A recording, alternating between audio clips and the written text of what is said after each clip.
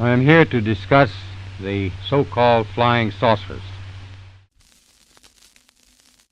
We know now that in the early years of the 20th century, this world was being watched closely by intelligences greater than man's. Did the CIA write Wind of Change by the Scorpions? As humans busied themselves about the various concerns, they were scrutinized and studied. Dr. Loeb, what percentage chance do you give it that you have indeed uncovered extraterrestrial or non-human technology? With infinite complacence, people went about their affairs, yet across an immense ethereal gulf, intellects vast and unsympathetic drew their plans against us. All of a sudden, a stick out of nowhere landed right in front of us, and there was no tree, nothing overhead. Something threw it at us. Yeah. All things unexplained. So some of that, I think, sir, will save for closed session. I just love that intro. It's just so classic. All right. Hello, everyone, all of our unexplained ones out there. I'm CJ Derringer, joined with my co-host tonight, Dr. Tim Mounts. And we also have a very special guest this evening, or it might be daytime when you're listening. You can't see him, but you will be able to hear him. We have Tom Medlin joining us on the show tonight. Tom Medlin is our guest. And while the rest of you were watching the Super Bowl a few weekends ago, we were having a Super Bowl of our own in terms of unidentified aerial phenomena. So while you were cheering on Patrick Mahomes, the next day everybody was reaching out to Tom Medlin, trying to get his insight into what is going on in the world of ufology, as we call it here. So he is the host of a podcast called Amateur Radio Roundtable, which we had the pleasure of joining last night. It was lovely. Everybody check it out. It's a great group of people, and they do a live video feed every Tuesday night on w5kub.com, and that's at 8 p.m. Central Time. And let me tell you, it's worth tuning in just to see all of the gadgets that Tom and all of his co-hosts have sitting behind them as well. They are ham radio, I think they say amateurs, but I'm pretty sure they're experts, and really, really good stuff over there. So thanks again for having us. And thank you, Tom, for joining us on our show this evening. So welcome, Tom. Wow, it sounds like you have a lot of people there. Thank you. Thank you for having us on the show. Tom's joining us by phone, by the way. Yes, joining us. Yeah, by I'm phone. on a phone. We had a video. We were on video last night with you guys, and I think that the reason we are not able to do video tonight, you guys have us blocked somehow because you found out I have a face for radio. For TV, I have a face for radio. So yeah. Well, so anyway, hey, thank you so much for having us on here. Man, I could talk to you guys for like 3 days on this subject and still not cover it all. So it's going to be jam-packed tonight. I'll try to answer your questions. Let me tell you a little about me real quick. Yes, please do. I'm retired. I'm a electronics engineer, and let's see, a senior member of the Institute for Electrical and Electronic Engineers. Been a ham, extra class ham now for about 59 years, and I've always been in the business of trying to design and build equipment and new things, and I got into the pico balloon hobby here 4 or 5 years ago, and it's been really exciting. And we've made some great improvements to how it was back then to how it is today. Wonderful. Well, and the ballooning is how we got in touch with you. And tell us, where are you located, Tom? I am in Collierville, Tennessee. That's just outside of Memphis, Tennessee. Yes. Okay, so not terribly far away from us in terms of, this side of the country. And you said you just had a storm blow through there, which is why I feel like we had gorgeous weather here today, which you wouldn't be able to tell because I'm wearing a turtleneck. I don't know why. It was very hot, and it's going to be hot tomorrow.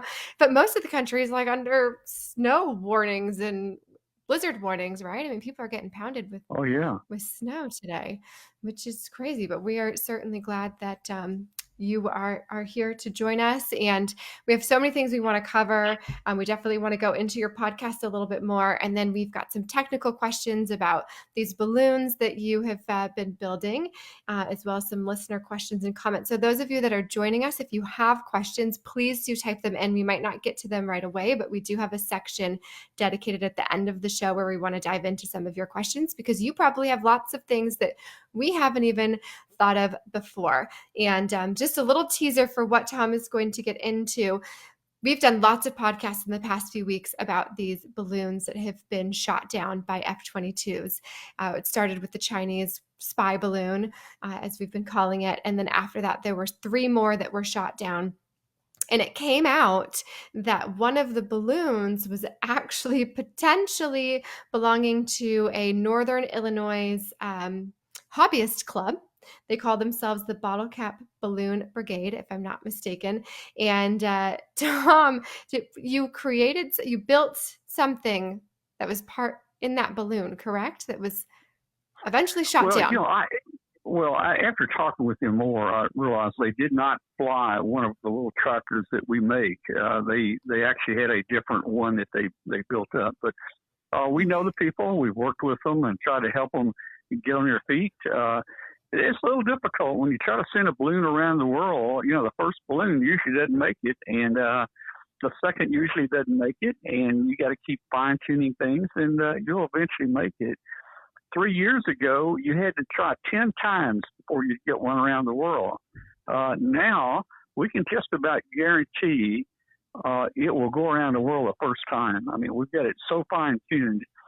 In fact, I've got several balloons up right now. One we're very proud of. It's been up 252 days. It's flying at about 50,000 feet, and it's circled the world about 12 or 13 times now. It's incredible. Tim, your audio is not coming through. If you said something there, I did not hear it. Yeah, I just said, wow, offline. Okay. Okay, gotcha. Okay. That was amazing.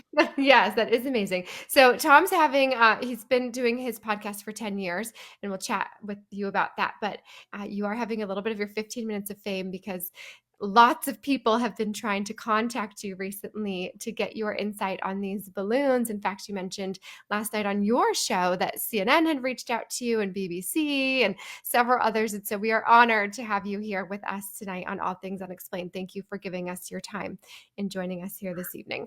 So we'll just dive right into it. So tell us a little bit more about your podcast, your live show that you do every week.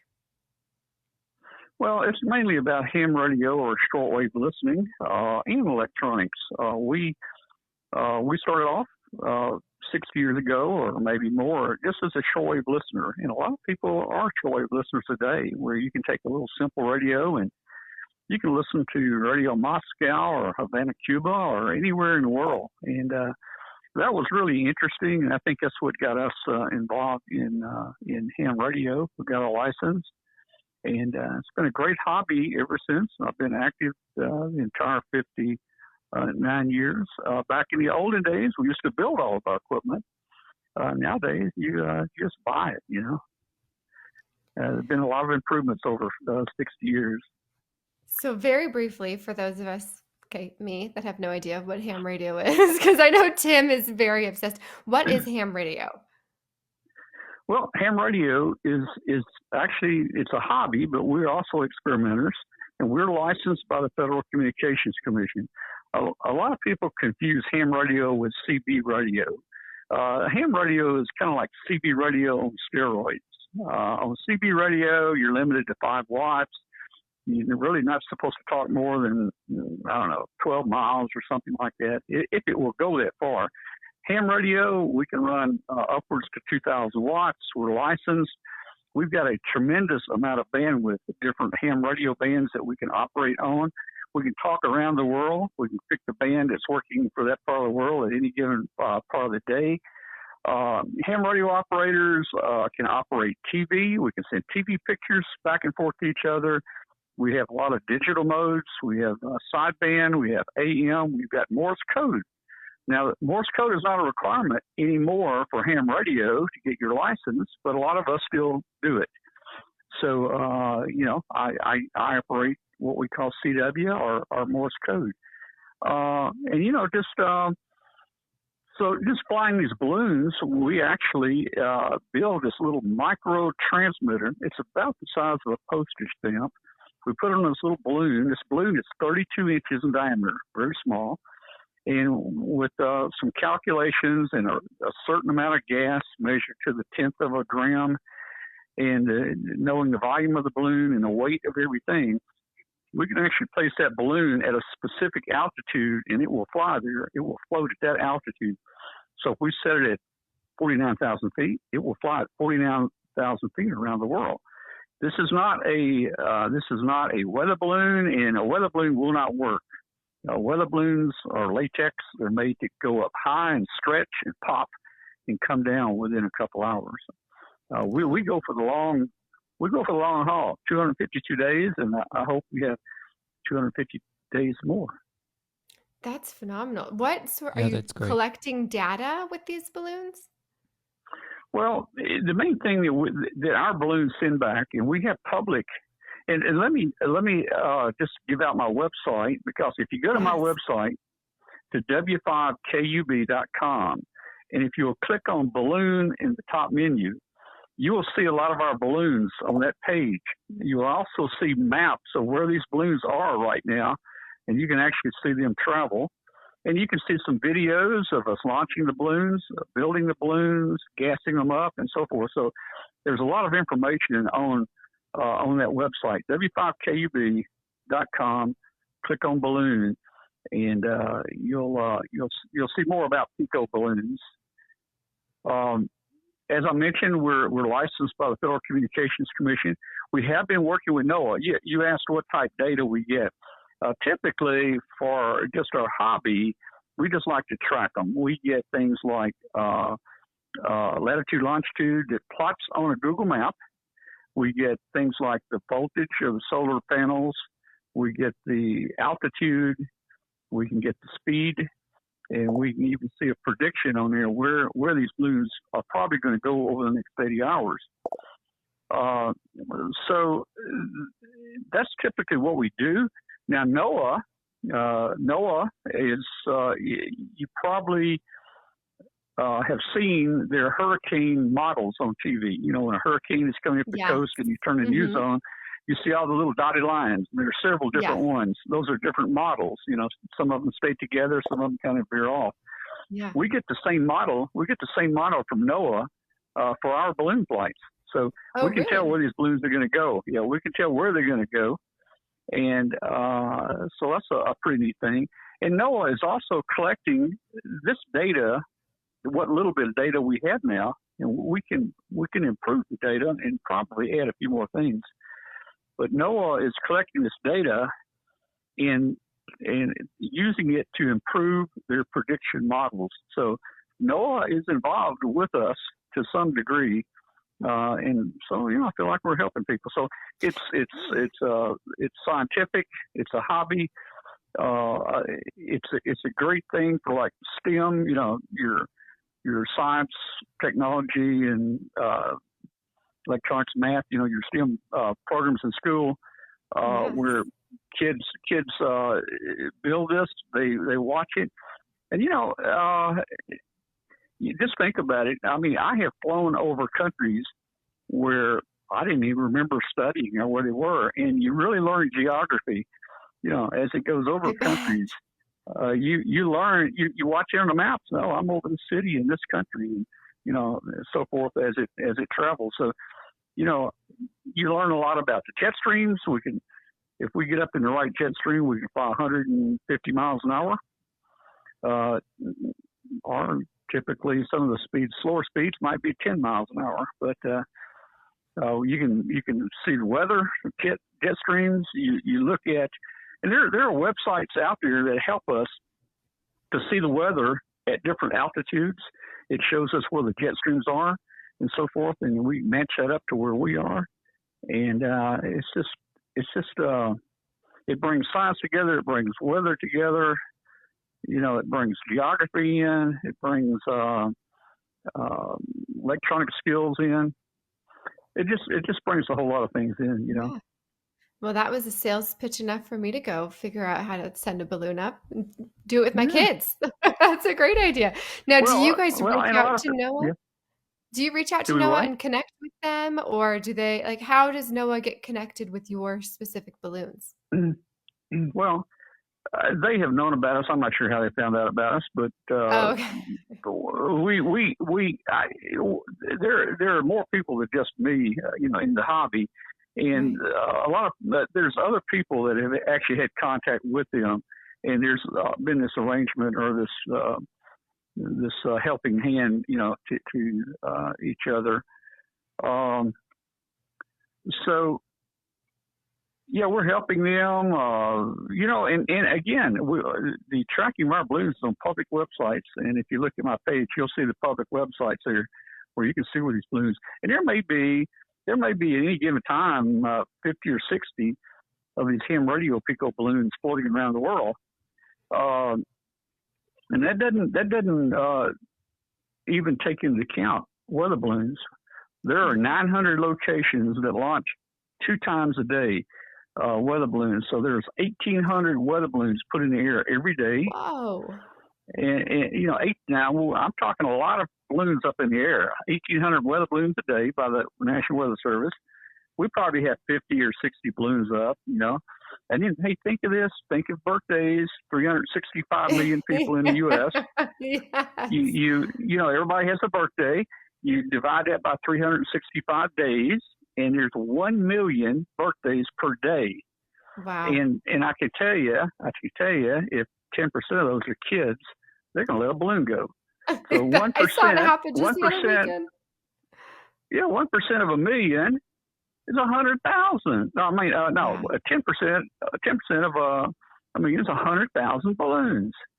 So there's a lot of balloons up there now. The Chinese balloon, that was bad. It needed to come down. They were spying. But there's so many other balloons up there that have been flying for 40 years, 50 years, over a 50-year period. And they're heading, I don't think there's been one accident caused by a balloon. It's a big place up there. And we fly. We're flying under FAA 101 exemption, meaning that the FAA has given permission for people, if you meet this criteria on your balloon, you're allowed to fly it without even contacting them. And, there's a few little things you have to do. Our payloads have to be less than 6 pounds to qualify. And our trackers weigh about 7 grams. That's less than the weight of a quarter, maybe a quarter. And in the line, the string that holds the little tracker, it has to break within 50 pounds. So, those are real simple things. Don't launch it at the end of a runway. There's things like that. So the federal government, the FAA, has and is regulating these things. Now, Congress, they're jumping through hoops there. They think they can fix this thing, and I don't think they're looking through it right now, right? And they're threatening to put all kinds of transponders and stuff on every balloon, but it can't be done. The transponder that they want to put on every balloon costs about $2,000. Plus, it's heavy. Our balloons wouldn't even lift it. So I'm not sure if Congress is going to be able to pass that or not. They need to just step back and talk to the FAA and say, FAA, do you have this under control? Have you done tests? Do you agree you got the right policy? And if so, I think Congress should not try to change or make their own laws regulating these balloons. And I tell you, a kid loses a balloon, they're not going to put a $2,000 transponder on it. And guess what? If they pass a law here in the U.S., that doesn't affect other countries. And these ham balloons are being launched in every other country. So, and they come around across the United States. So, That's fascinating, Tom. I tell you what, as a former CBer, I really have an appreciation for ham radio and a desire to pass the ham test. And they used to tell me that ham radio was the original internet. Back when the internet came out, the whole thing was, wow, you can communicate with anybody instantaneously on the other side of the world. And it was such a novel thing, right? Like this had never been done before, but wait, it had been done before with ham radio. Yeah, I've seen them say it was the first social network, before everything else came out. Yes, Yeah. exactly. And also, as an avid doomsday prepper, I have to admit that I'm fascinated by the potential for ham radio to come into service for the population should some sort of cataclysmic or emergency situation arise. Yeah. I mentioned some of the different modes that we can run, like ham TV, sideband, Morse code, digital. I failed to mention a couple others. We can do things like EME, which is Earth, Moon, Earth. We can bounce the signal off the moon and talk to people through that way. We can talk through satellites. We have a number of ham radio satellites that's circling the Earth right now, and even we have radio gear on the International Space Station, where many of the astronauts very quickly get their technician license so they can operate that radio. And we talk to the astronauts in the space station when they go over. A good friend of mine is Colonel Doug Wheelock. He's an astronaut. He has a high-ranking position in NASA now. A couple of years ago, he was the commander of the space station, and I talked to him 30 times 1 month as they went over, and I even talked to him 3 times driving home in my truck. I was actually able to talk to the space station from my truck. Now, when they make a pass over, that's only up there for about 7 minutes, 8 minutes, 9 minutes, but it's still, there's so many different aspects of ham radio. That's incredible. Just mind-boggling. I had no idea that you could communicate with the space station. Just amazing. Tom, we have a listener question for you from listener George Winters, a.k.a. Alabama George. He's a top fan of the show. You were talking about weather balloons, and he wants to know, I think this is a great question. Considering we have so much advanced radar now, Doppler 9000, etc., he wants to know, why does NOAA still use weather balloons? What data do they gather from those? Well, I'm not a meteorologist, so I'm not sure I can give you a scientific answer to that. I do think there are things that the weather balloons can probably pick up and record that maybe radar won't be able to pick up. It's a big sky up there, and the radar today. I think the reason our balloons hadn't been seen in the past, particularly, is because the radar was kind of closed, kind of narrow.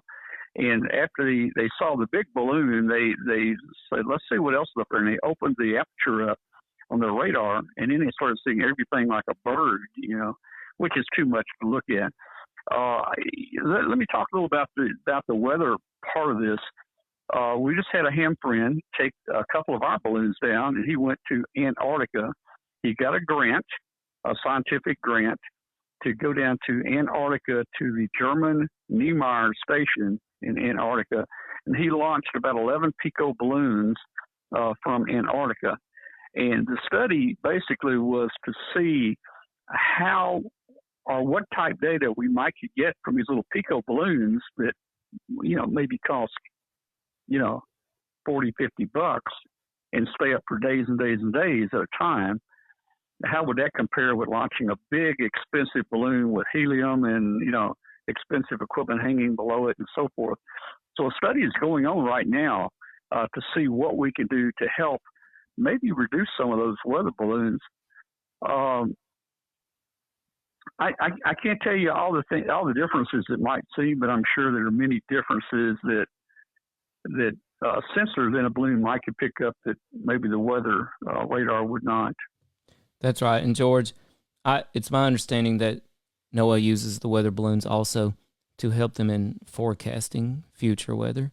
So the ability to detect certain things that can allow them to make patterns and do the 7-day forecast, for example.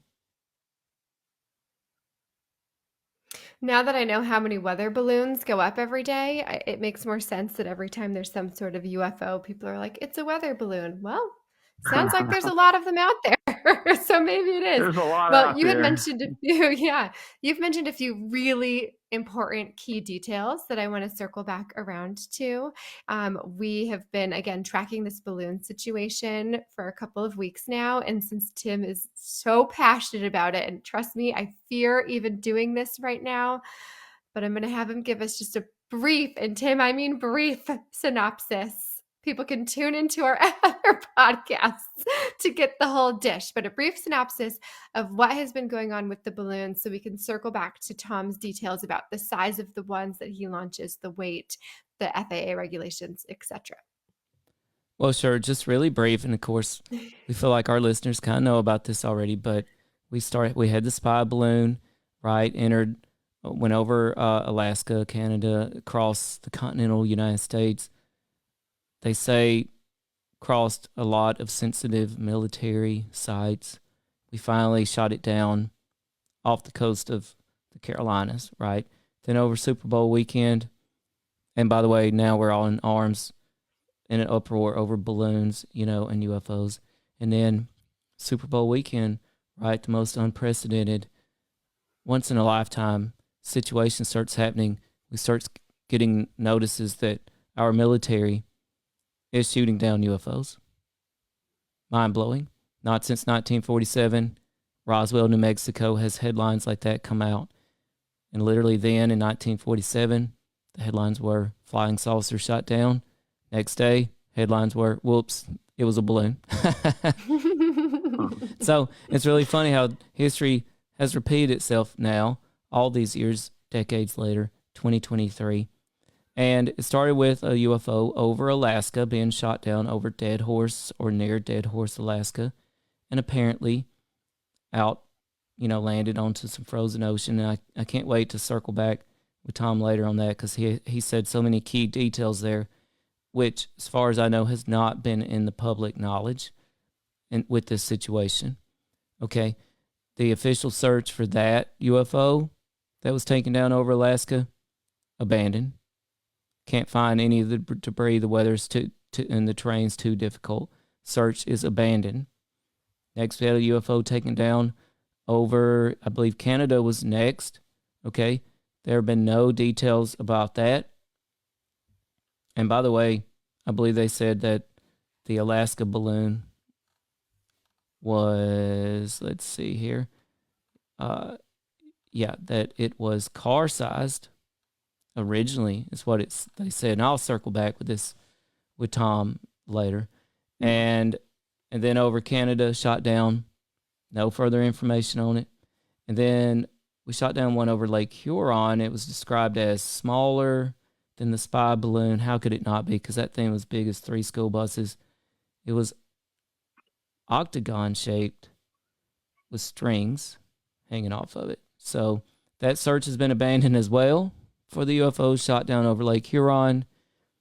And I basically feel like the news about the Northern Illinois Bottlecap balloon brigade's balloon disappearing over Alaska, that story came out, and the Pentagon has shut it down. No other information, almost as if they want us to believe that, yes, indeed, these were all hobby balloons that were taken out by missile.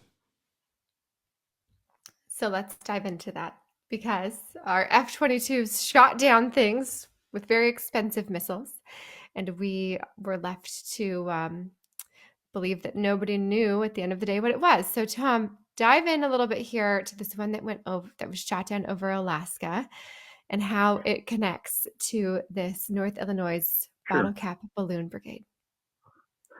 All right. I think the car size is a little bit stretching it here. Our balloons are about 32 inches in diameter, very small cylinders or spheres, actually.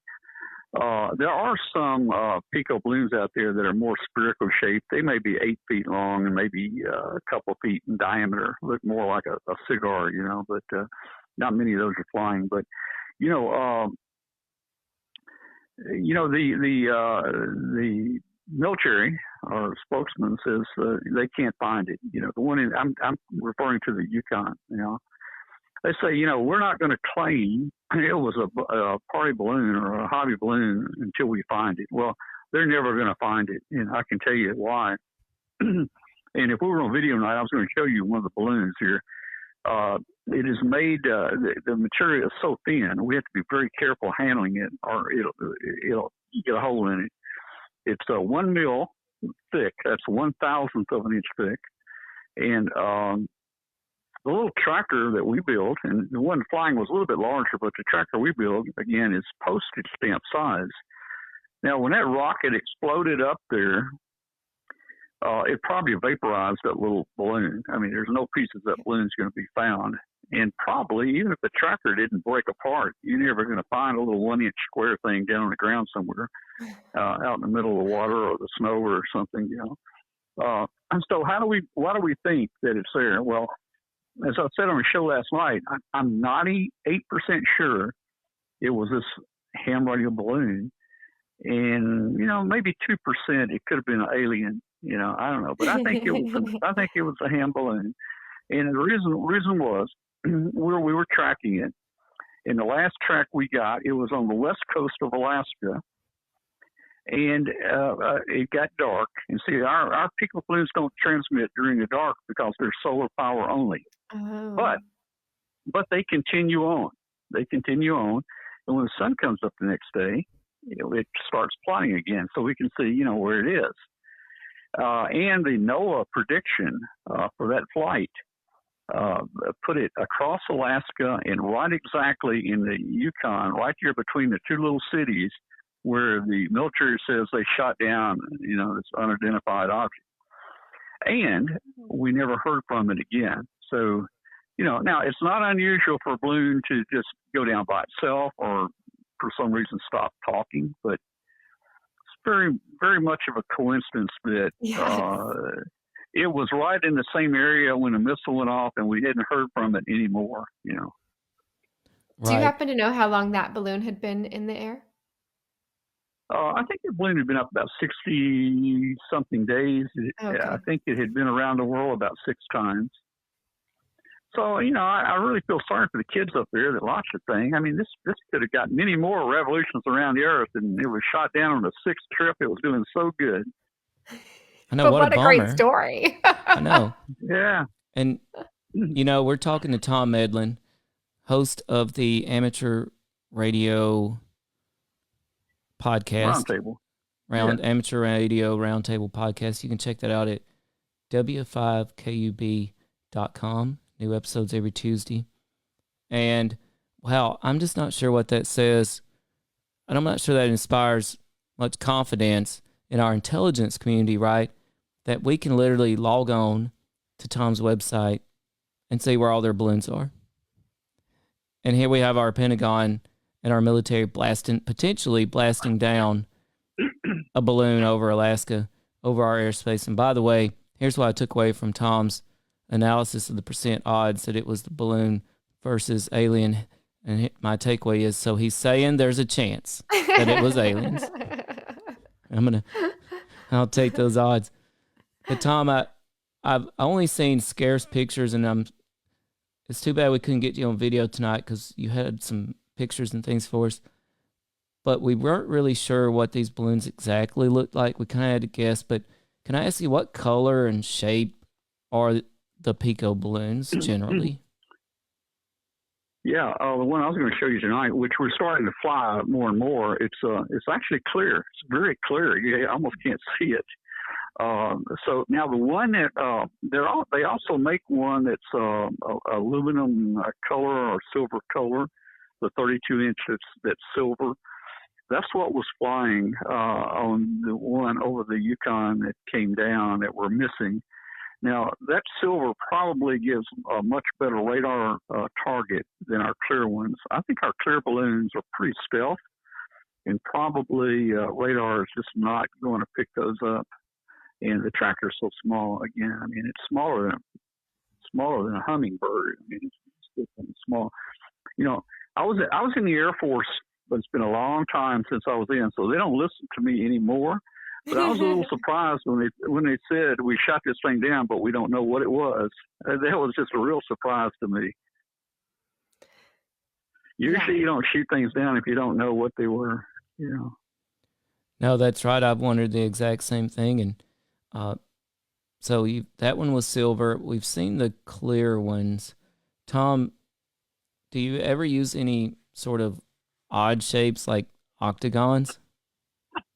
No, octagon, no. I don't know of any pico balloons that have used an octagon balloon. But then again, you know, that could very possibly been a Mylar balloon that, you know, a different purpose. I mean, you know, right. Like they mentioned, it might have came from a car lot. Oh, yeah. You know, used car lot or something. Or a Buc-ee's. It could have been Bucky Beaver. Yeah, Buc-ee's. It could have been Buc-ee's, man. Yeah. We've had some All Things Unexplained trips to Buc-ee's, actually, in Tennessee, and some good times there. Yeah. Buc-ee's is amazing. Fantastic. Shout out to Buc-ee's. We're open to sponsorships, by the way. Shout out to Buc-ee's. We've given you a fair amount of business. I'm just going to say that. Hey, let me say one thing about Buc-ee's. I'm just going to say one thing about Buc-ee's. If nobody knows what it is, the one in Tennessee here that he's talking about, we've stopped several times. It has 150 gas pumps. 150 gas pumps. It's incredible. It's incredible. Yeah. People are big fans of Buc-ee's. I mean, truly, they have a following. Yeah. A massive following. Oh, yeah. Again, we're blatantly open to sponsorships, Buc-ee's, if you're out there listening.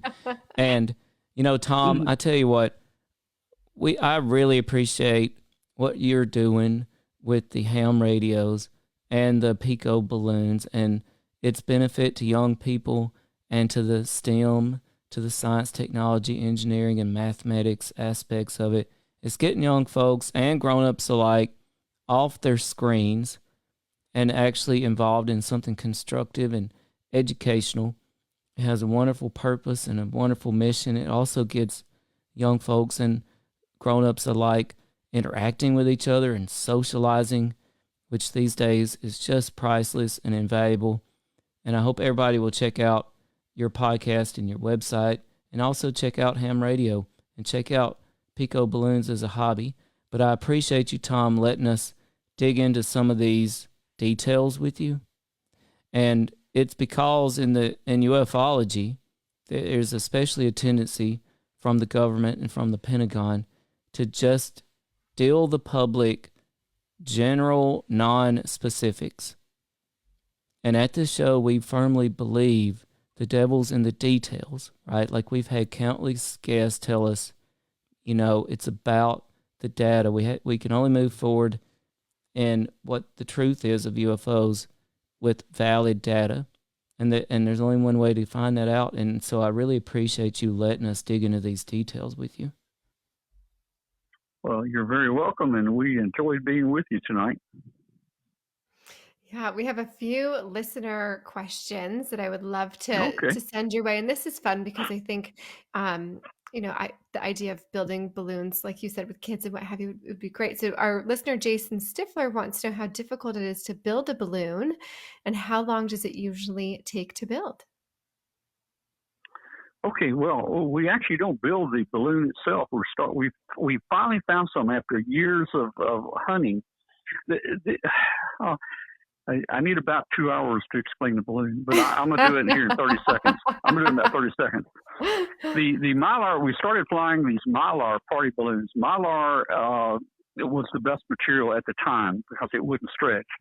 We got to have a balloon that doesn't stretch. You can't use latex. You can't use a balloon, you know, like a party balloon that blows up and stretches because what happens is as it goes up, the gas expands and the balloon gets bigger. And it goes up and the gas expands, it gets bigger and bigger and bigger, and then it pops. That's the way a weather balloon works. And in fact, a weather balloon is made to pop like that. And a weather balloon lasts about 3 hours. The material is made not to stretch. Now, there's a certain amount of PSI. If you go over the PSI, it's going to pop. It's going to explode. And so we know the pressure up there. We know the pressure we've got to get to be safe.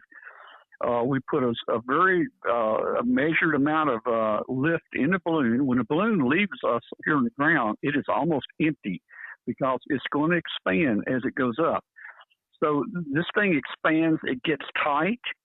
The balloon fills completely out. It gets tight, but it's got to hold. It can't stretch anymore. If it stretches, it's going to go higher. Then if it stretches, then it goes even higher. So the balloon has to stop stretching. So based on the volume of the balloon, the weight of the payload, the amount of gas that the lift that we put in, we can determine how high it will go. As far as the tracker, you can buy. There are several people that are selling these little trackers that you can buy, and they're roughly the $150 range. And you can attach that there and launch it, and there it goes, and you can track it around the world. Now, we build our own trackers under a microscope. I was going to show you some little parts tonight on the end of the tweezer. It's smaller than a gnat. Some of the parts are really, really small. But we can actually build a tracker that will transmit 9,000 kilometers. That's 6, 7, 8,000 miles. And it's easy to see on our maps. There's a map that shows the tracking. And you can see our balloons. Let's say if it's over the Atlantic Ocean, you can see that it's being picked up in Australia and all over Europe and maybe in Hong Kong and Japan. So you can see all the places in the world that this balloon is actually being picked up. They pick that data up and they put it into the internet, and then it goes to the tracking website and it's plots on the map. So we can get a balloon in the air probably for about $40 or so. And the balloons we're flying today are about $12. And they're the best we have found, and they're staying up a long time. They handle the pressure and they stay up. Great answer. You know, Tom, it was reported that the spy balloon took a drop of as much as 20,000 feet at one time. Listener George Winters wants to know, do balloons, your pico balloons, typically drop 20,000 feet all at once, or how about any altitude change at all? Well, our pico balloons, they can, but that means they've got a hole in them. And if they get a leak, they're going to come down. They're going to come down. Some come down a little slow. They leak out over days. Some come down fast. We've lost balloons in the deserts. We've lost them in the oceans. We've lost a lot of balloons in the early days. No, we can't change altitude like that. We don't have anything to maneuver our balloon. It just goes with the wind. Atmospheric pressure will change the altitude of a balloon. It may change it, 500 feet, 700 feet. It may vary up and down, say within 1,000 feet, over time as it goes around the world. The Chinese balloon, my understanding was the Chinese balloon had equipment in it that could actually, I think they had some propellers on it that we could probably even steer the direction. It's simple. It's simple to bring a balloon down 20,000 feet or take it back up. And what they may have inside there, and the government hadn't let me look, but inside the balloon, there could be another bladder or in there where if they just pump regular air into that bladder, the weight of that air will bring the balloon down. And then when they're ready to go back up, they just pump that air back out of that bladder. And, of course, the helium or whatever's in there is going to take the balloon back up. So they have equipment and a sophisticated way of increasing or decreasing altitude. We don't. We fly the jet streams. And, it goes where the wind blows. So you might have missed that, but Tom said, the government hasn't let me look. And, after your stories on your show last night about the SWAT team coming to your house and all of these people reaching out to you for your insight, I'm like, maybe the government would let him look. I can't tell if he's being facetious or not. The UFO task force is always looking for some new recruits. Some of that, I think, sir, we'll save for closed session. Well, I did have a top secret security clearance when I got out of the Air Force for about a year afterwards, but then, it kind of goes away. So I guess they don't trust me. Oh, man. Well, we trust you. Yeah. Yeah. Well, let's dive in, Tim, to a little bit of analysis about what we think happened and why. Absolutely. You might have more specific questions. Well, I tell you one thing I want to know, Tom. because we heard a lot of talk about these UFOs that were shot down, whatever they were shot down because they represented a threat to commercial air traffic. Tom, are you aware of any pilots or passengers on commercial flights that have ever even spotted any of your pico balloons in the air? No, in fact, I've got a pilot friend just retired, 35 years, wide body. He has never seen a balloon in the air. Let me say this about that. On one of the TV networks, I was on Newsmax the other night, and they gave me one question, and it's the most controversial question. It's these things fly at altitudes where civilian aircraft fly. And that's actually the only reason the government gave for shooting it down. These things are a hazard to aviation, so we shot it down. That's the only reason they had, if you remember and think back. But if you really think about this, we're flying under regulations of the Federal Aviation Agency today. The Federal Aviation Agency, they do all kinds of tests. They shoot chickens and birds into jet engines, and they freeze them, and they do this, and they do all this testing, and they have regulations, and we fly under FAA 101 exempt regulations, meaning that we're complying with the FAA.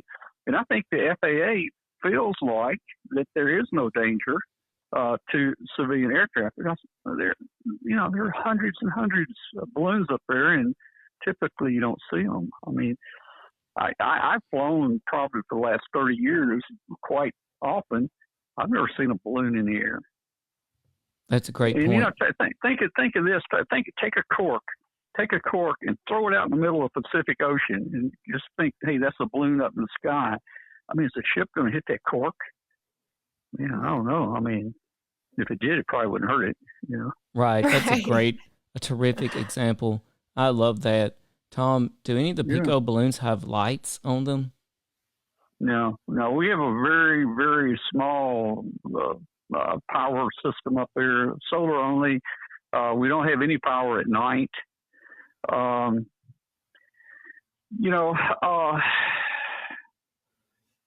Just solar power only.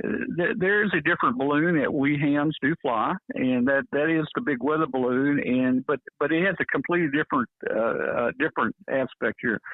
We gas that up. We did one here last year, and we launched it in Tennessee, and it went down in Mississippi. It traveled 67 miles. It was up 3 hours. It went to 108,000 feet.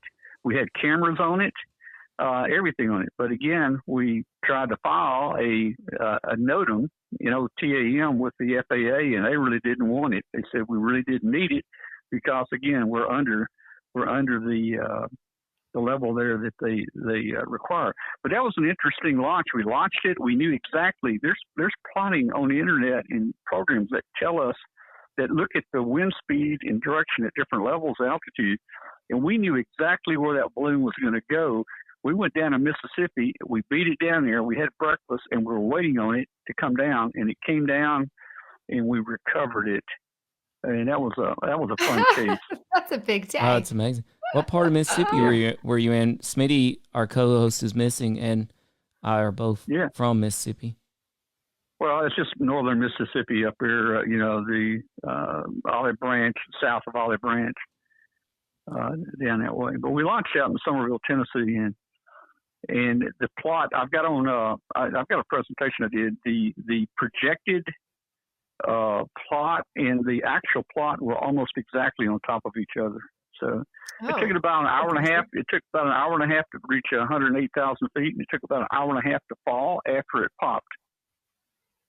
And that was a lot of fun, but I don't think we want to do another one because we were so lucky. Everything fell together there. We were right under it. We were right under it, waiting on it. If we had made a wrong turn, I think I could have been out there and caught it in my hands when it fell. And but next time we'll lose the 3 GoPros. They'll end up in a tree somewhere out in the swamp, and we will never find it. Yes.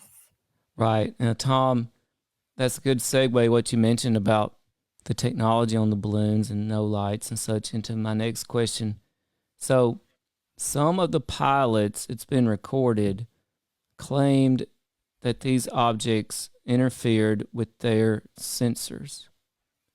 Do you know or think that your balloons could do that? No, our balloons didn't. I think that's the 2% I was talking about earlier. It probably did it, but Yes, back to aliens. Ours will not. Ours, our little transmitters on a specific frequency. It's in the ham radio band, and it runs less power than your garage door opener. I mean, I just can't get into jamming, a jet fighter's system. So I think that probably would take an alien technology to do that. Right, and and if it happened, I don't have an answer for it, man. Yeah. I just heard somebody chiming in on. We're getting a little too close here. So some of that, I think, sir, will save for closed session. Ronald Moultrie from Arrow. So, Tom, I'm interested in what you think about this, and you've kind of alluded to this, but I just want to get your thoughts on this. Pentagon spokesman Brigadier General Patrick Ryder said that the UFO shot down over Alaska posed a reasonable threat to civilian air traffic as it was flying at 40,000 feet. Yeah. What do you make of that assessment? Well, again, as I just mentioned, the FAA says that we're flying within their rules. The FAA is the experts on what is a hazard and which is not a hazard, and which should be allowed and which should not be allowed. So we're following their rules. In fact, hey, if you read the FAA rules, guess what? Unmanned balloon. Let's see. It says, balloons have the right of way over other aircraft. So that's what the rules say. So anyway, no, I think. See, they're in Washington. They're talking about something that they really didn't know about. They're not talking to the FAA about it, and that was, I really think that was the only reason that they could come out with on TV and say why they shut it down. Said we don't know what it was, but it was a hazard to civilian aircraft, so we shut it down.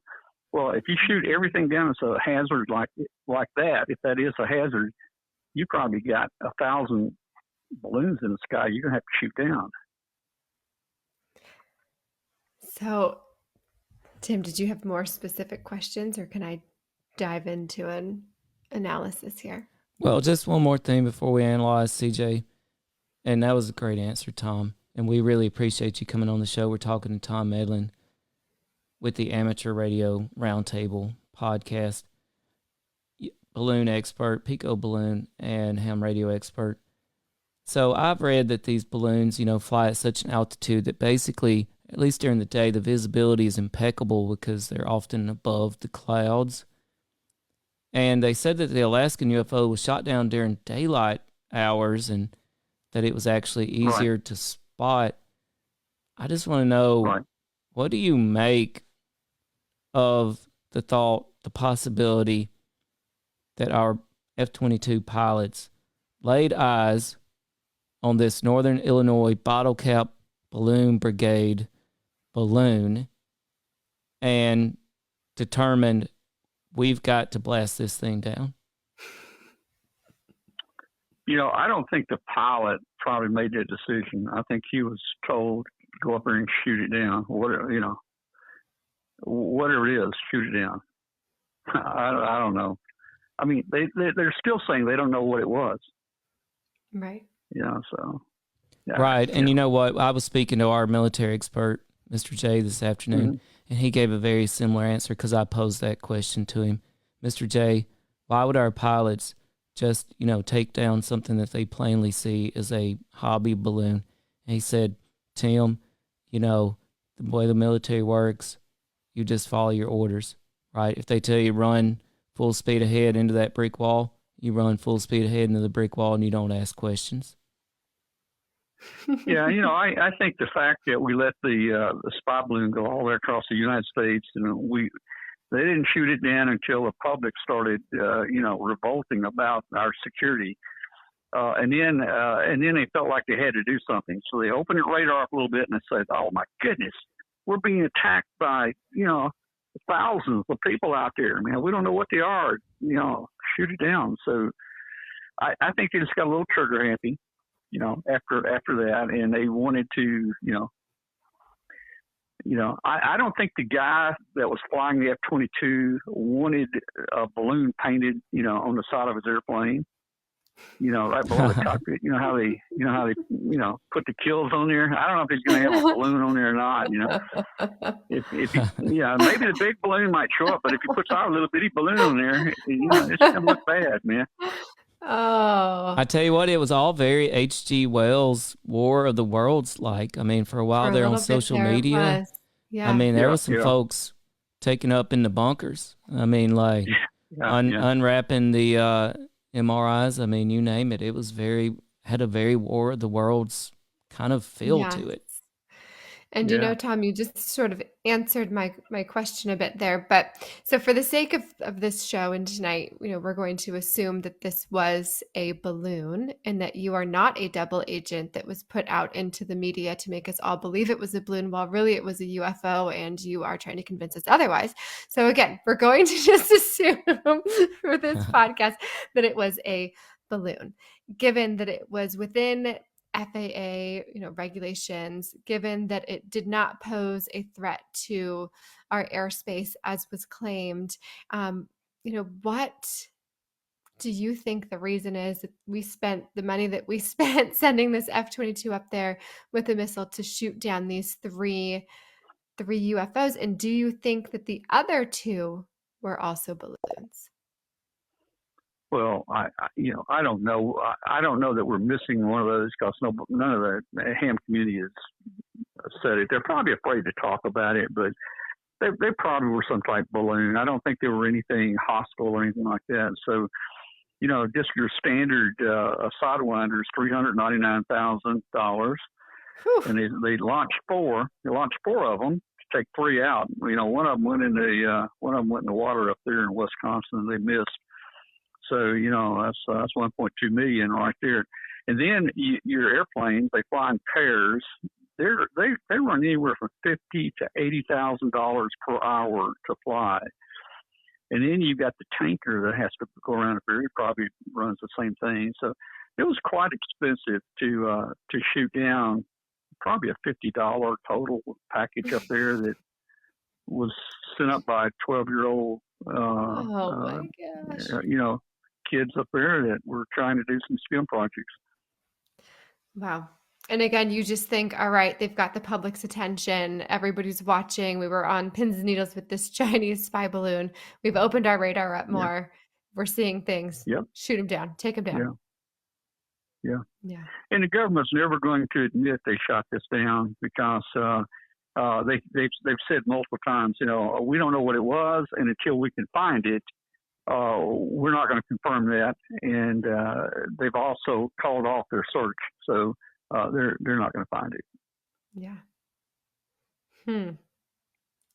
I feel very enlightened. Yeah, I could send them one if they want to see it, but. I want to send up one on our podcast. Can we make like a show where we watch you put a balloon together and send it up and track it? Wouldn't that be fun for our viewers to be able to? Yeah, it's not much. I was prepared if our video worked. I was going to show you one here already put together in my hand, and I was going to show you a balloon back here, but we can do it another time.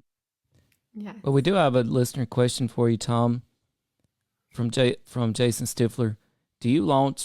How often do you launch balloons, and where do you release them from? Well, not very often. I mean, we used to try to keep one in the air, but as we got better and better, I mean, we really haven't launched a major one in about 252 days now because we're still flying.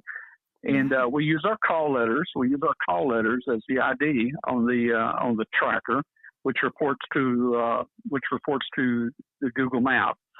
And since our call letter is already being used, it's a little difficult to send up another tracker, because we can't, we don't have other call letters. My call is W5KUB. Unless we can put someone else's call letters on it, and then we can plot it on a map as a separate balloon.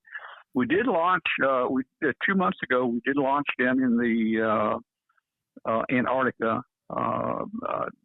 W5KUV did have two balloons launched down in Antarctica for the scientific study. And one of them still flying. One of them, after about 60 days, it crashed down in the ocean. Shot down by a Sidewinder. Don't know. Maybe it was shot down by a UFO. I imagine it was. I would imagine it is just. It just went down. I mean, these things are very fragile. They're very, very fragile.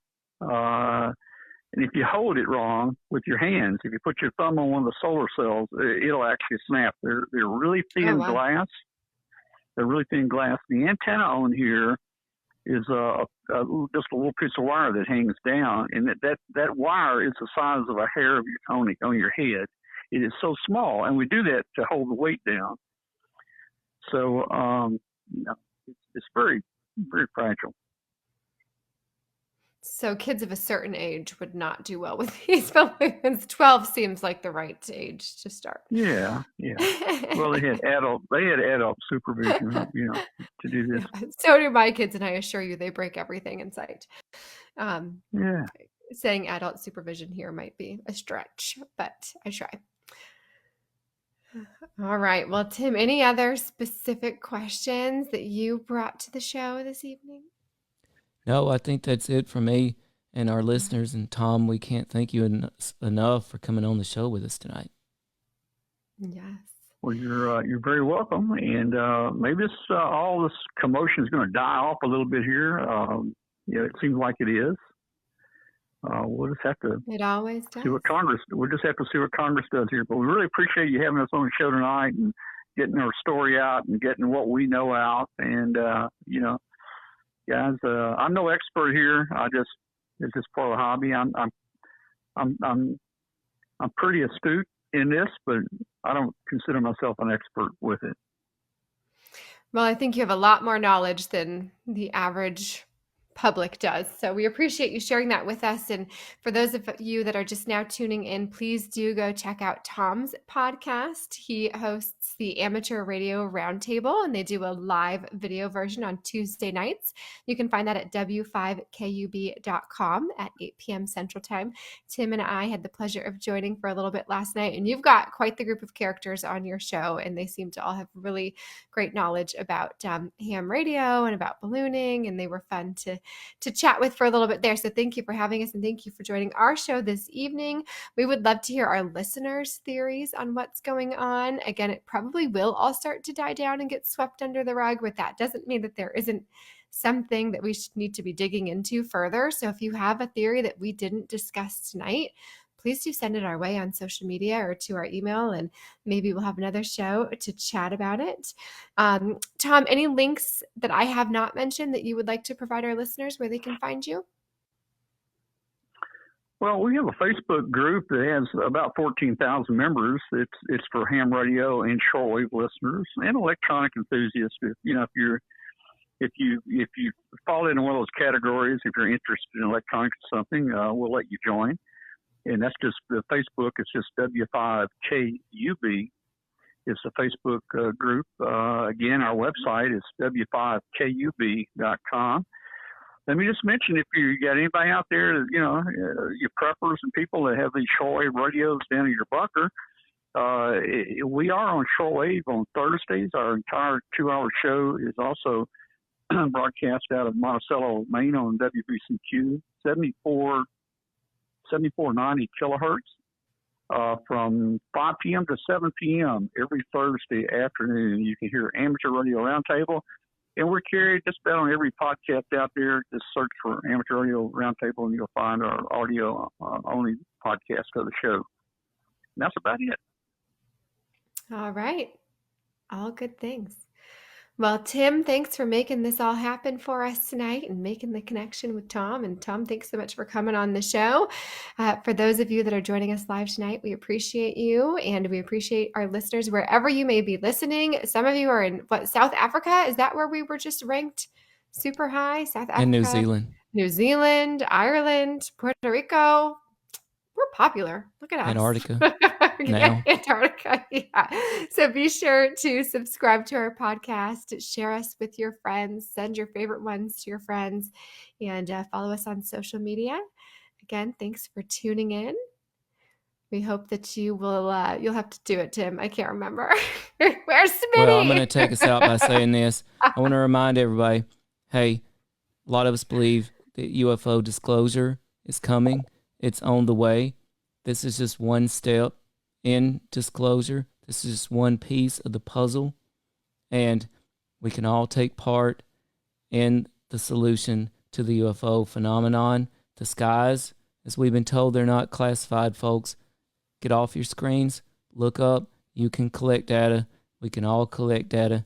We can analyze it, and then we can get to the truth. And the whole truth is not going to be pico balloons, even though this could have been what happened over Alaska. But that doesn't explain Roswell. It doesn't explain Mr. Billy, our first guest, who had an encounter in the 70s. It doesn't explain UFOs in the Bible. It doesn't explain the recent military encounters over the last decade that have come to light. So keep looking up. Real quick, Jason, we do have one more listener question. Did you see that pop up there, Tim? Yep, let's get to that. Tom, are you still with us?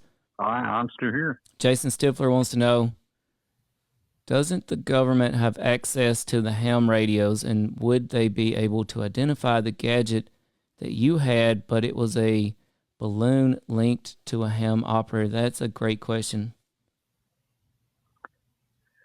Well, yeah. Of course, we're licensed to operate the radio systems that we fly.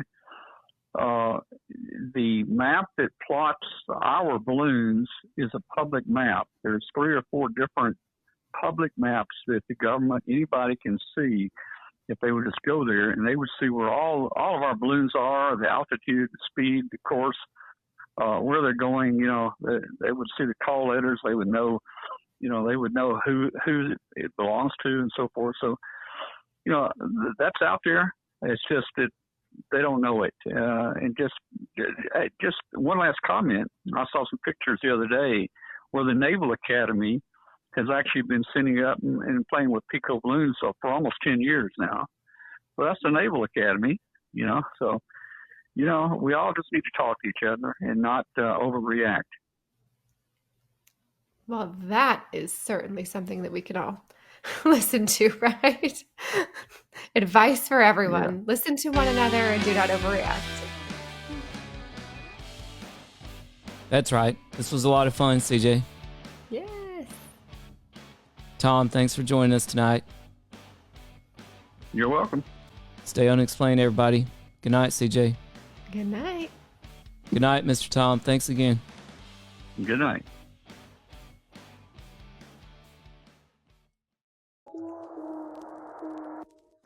All things unexplained. What's your hot take on Travis Taylor?